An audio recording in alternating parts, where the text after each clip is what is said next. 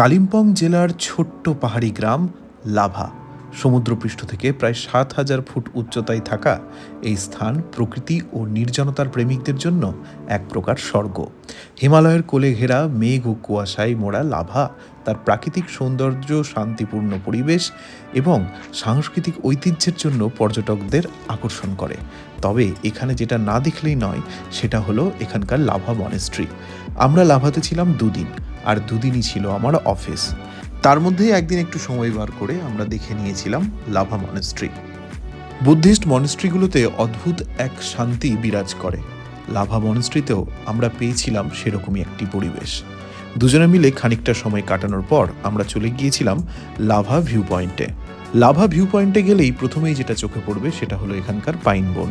এই পাইন গাছের সারি, ঝিরিঝিরি বাতাসে পাতার মৃদু শব্দ আর মাটিতে পড়ে থাকা শুকনো পাইন পাতার উপর দিয়ে হাঁটার আওয়াজ, সব মিলিয়ে এক অনন্য অভিজ্ঞতা। তাহলে নির্জনতা আর প্রাকৃতিক সৌন্দর্যকে উপভোগ করতে অবশ্যই ঘুরে আসুন লাভা। এরকম আরও সমস্ত দুর্দান্ত মিনি ভ্লগ দেখতে এই চ্যানেলটি সাবস্ক্রাইব করতে ভুলবেন না।